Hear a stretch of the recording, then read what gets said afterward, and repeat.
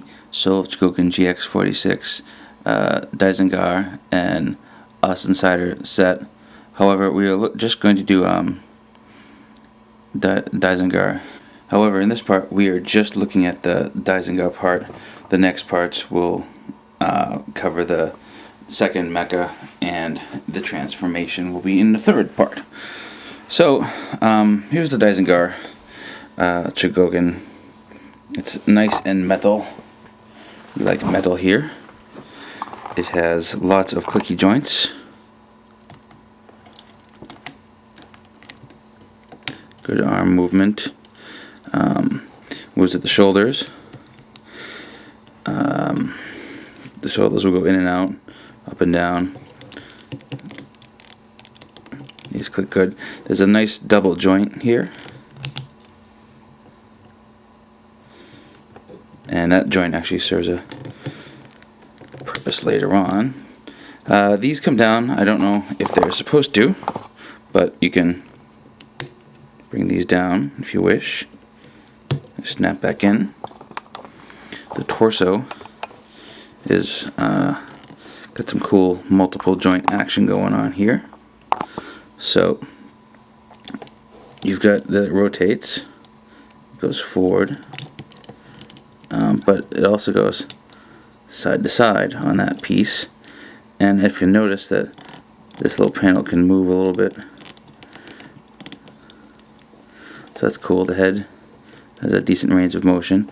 The head actually has a interchangeable face, which you just pop off, slide out, slide the new one in, and now he's angry. Can't you see that I'm angry? So that part's pretty cool. Moving down to the hip area, I should also note there's a fair amount of metal content so far. The upper,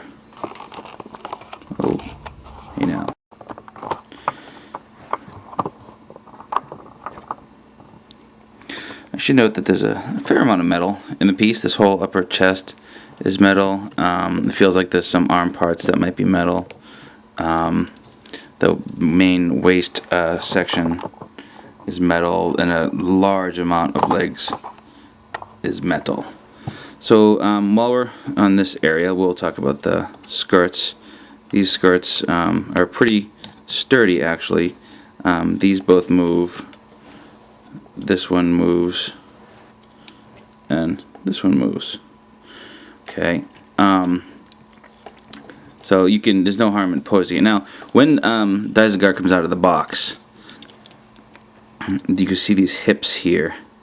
These hips out of the box are it's hard to show you the little silver parts there. There we go. They don't allow for any leg movement really, and come to find out, you'll need that joint later for the horses. So to get some good leg poses, what you have to do is move this whole joint in. Okay, so it's now forward. You can probably see it better from the back. Now, with that joint forward, you got a nice full range of motion and a swivel there. And it's very tight. Tight in a good way. So, if you want to do that to the other leg, you can see it from the back. Just kind of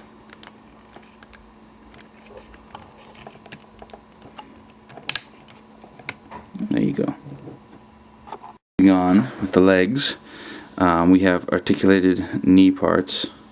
The knees are fairly good. They're not double jointed, but they click nice. The upper and lower part of the legs are metal. Here's kind of a flaw in the figure.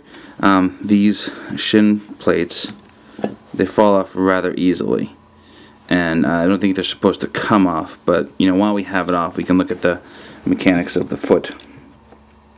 So the foot has a little joint there. You can go side to side. That goes there. The whole thing goes forward, and there's a nice piston in the back. Pistons are awesome, and all robots should use them.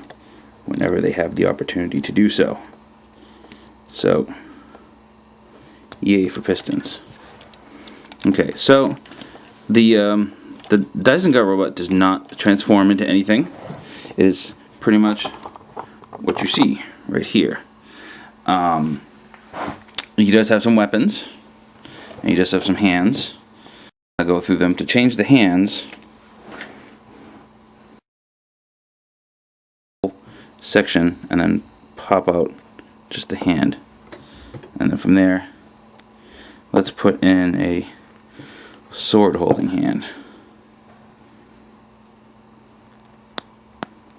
Pop it in nice and secure. See, he's got a nice ball joint right there too. So you just got that kind of hand over here.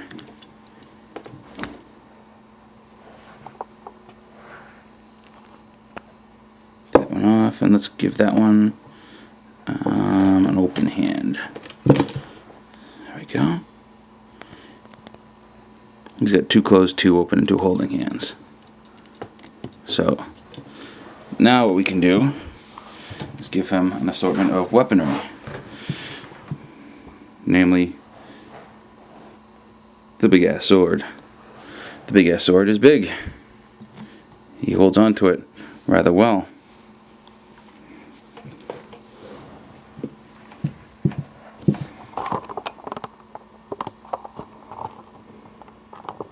It looks pretty rockin', I must say.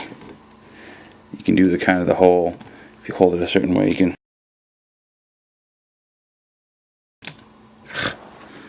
keep doing that. It's no fault of the toy. Worry not. It's just me being a moron. But, you know, you can kind of hold the sword over. And I guess the deal with the sword is that initially the sword looks like this. It's just kind of your average samurai sword. And then this little area separates, and then you could see it here. It's separated in half. It becomes the big ass sword. So the samurai sword is cool, a little underwhelming. It's all plastic. It's nice and shiny. And you also get this kind of crazy ass boomerang sword. You know, which once again is rather large.